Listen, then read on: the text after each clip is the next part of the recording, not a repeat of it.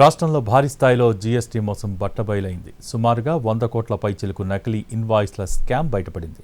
రాష్ట్ర వాణిజ్య పన్నుల శాఖ అధికారులు భారీ స్థాయిలో జీఎస్టీ మోసాన్ని పసిగట్టి హైదరాబాద్కు చెందిన కేసాన్ ఇండస్ట్రీస్ ఎల్ఎల్పీపై సోదాలు నిర్వహించి ఈ మోసాన్ని బయటపెట్టారు.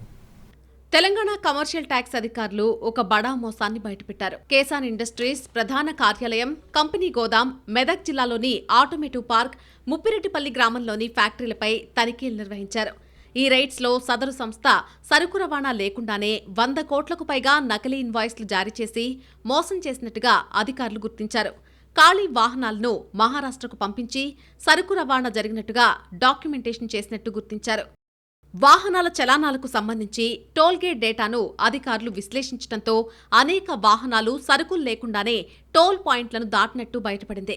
ఈ ప్రక్రియ ద్వారా కేసాన్ ఇండస్ట్రీస్ సంస్థ ఇన్పుట్ ట్యాక్స్ క్రెడిట్ కింద 33.20 కోట్లు అక్రమంగా రిటర్న్స్ పొందినట్టు అధికారులు గుర్తించారు. ఈ తనిఖీల్లో భాగంగా కంపెనీ అకౌంట్ బుక్స్, రిజిస్టర్లు, హార్డ్ డిస్క్లను, సీసీటీవీ ఫుటేజ్లను అధికారులు స్వాధీనం చేసుకున్నారు. కంపెనీ డైరెక్టర్లపై ఫిర్యాదు చేశారు. మరో కేసులో ఒక వాహనాన్ని వాణిజ్య పన్నుల శాఖ అధికారులు జప్తు చేసి కేసు దర్యాప్తు చేస్తున్నారు. ఆ వాహనం నెంబర్తో అనేక తప్పుడు ఈవే బిల్లులు జారీ చేసినట్టుగా గుర్తించారు. ఇది సీజీఎస్టీ చట్టానికి విరుద్ధం. వాహన యజమానిపై పోలీసులకు ఫిర్యాదు చేశారు.